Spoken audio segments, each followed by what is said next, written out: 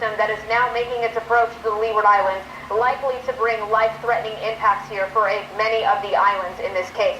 So as you just saw, winds right now at 185 miles per hour. So this is a very strong Category 5 hurricane. That's the highest category that we have on our Saffir-Simpson wind scale. That's what we use to measure hurricane intensities. And as Liana just mentioned, it is moving off to the west at about 14 miles per hour. And that track will likely continue over the coming days because it is still being steered by that upper level ridge that is to its north, pushing it off to the west.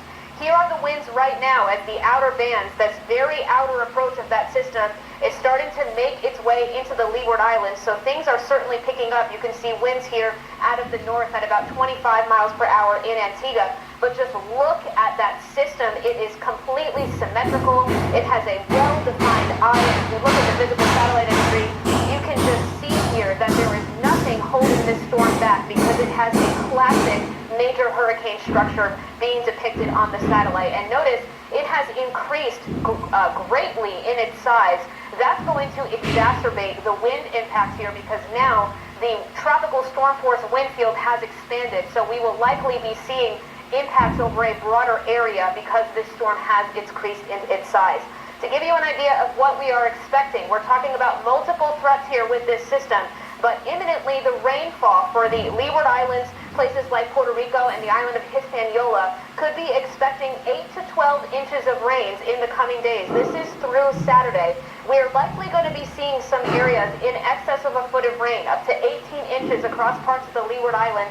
Even here in Puerto Rico, especially with the interaction of the mountains as those winds come in from the north, we could be seeing up to 18 inches of rain, 15 to 18 inches of rain in some places, depending on how the orographic, those mountains come into play. But also, we are talking about large and destructive waves and catastrophic storm surge also being a threat here for many places in the coast. So there are a variety of threats here in play. We've got hurricane warnings up for Puerto Rico here, also in the northern Leeward Islands. We've got tropical storm warnings here for Dominica as well. So we are anticipating very strong winds to be coming in again, as well as rainfall. Hurricane watches are now in effect for Turks and Caicos, as well as the northern part here of Haiti and Dominican Republic. Those are hurricane watches that are in play. And Guadeloupe as well, we have hurricane watches up for you as well.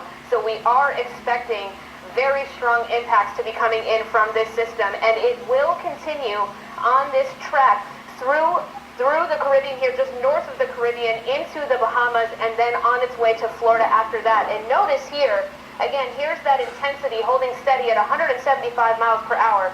But even as we get out to Friday morning, Saturday morning, that intensity does not change. So we are talking about a Category 4, potentially Category 5 hurricane, depending on those fluctuations in intensity, coming into the vicinity of Florida, into the Florida Keys and north of Cuba. So this is a very strong system on our hands, and still details are unfolding with the final track that this storm will take. So again, everyone here in Florida in particular needs to be paying attention, because look at this tropical storm force wind cone heading out till Friday and Saturday, Liana.